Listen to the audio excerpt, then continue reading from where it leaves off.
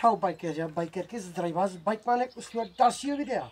Dneska jsem se rozhodl, že si pojedu opět zabláznit s mým milovaným grevlíkem. Co to je? Co to je za krabici? Bike Strike?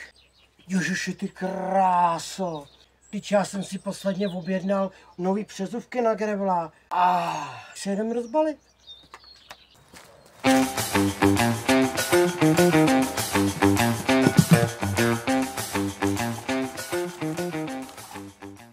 Takže tady máme teda rozbalený ty pláště, jsou to teda 27,5, je to teda rozměr 2,2. Plášť má docela pěkný vzorek, takový docela rychlej. Já jsem Maxisu věrnej, už jsem je měl, 3krát jsem je měl na kole a teď je vlastně budu mít po čtvrtý. No a pak vlastně ještě chystám dovybavit Maxisem taky svoji konu. No, takže co teď? Samozřejmě přezout.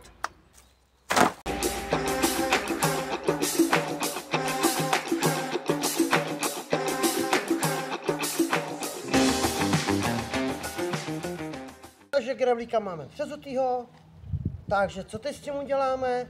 Samozřejmě půjdeme se projet.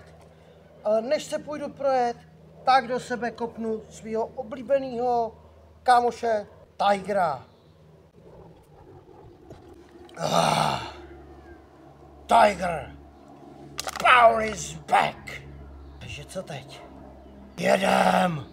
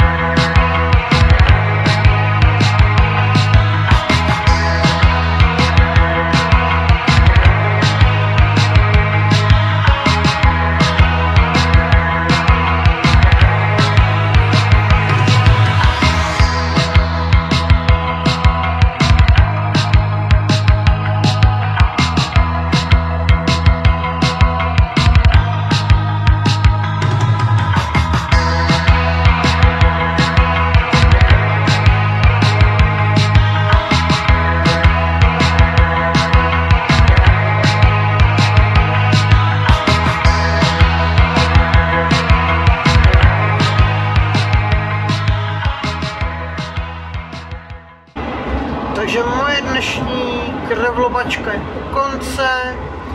Krásně jsme to kolo potestovali i s těma novýma pneumatikama. Opravdu ten Maxis je skvělej.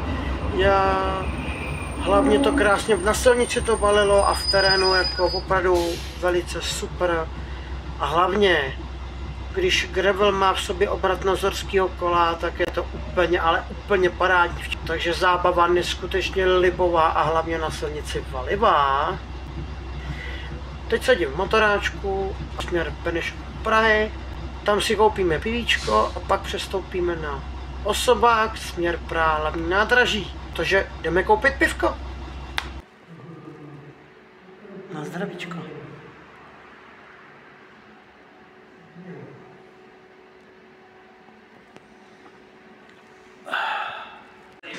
Takže pokud se ti video líbilo, nezapomeň dát like, odběr a zvoneček, aby ti náhodou něco neuniklo. Takže u dalšího videa se s váma loučím. Ahoj!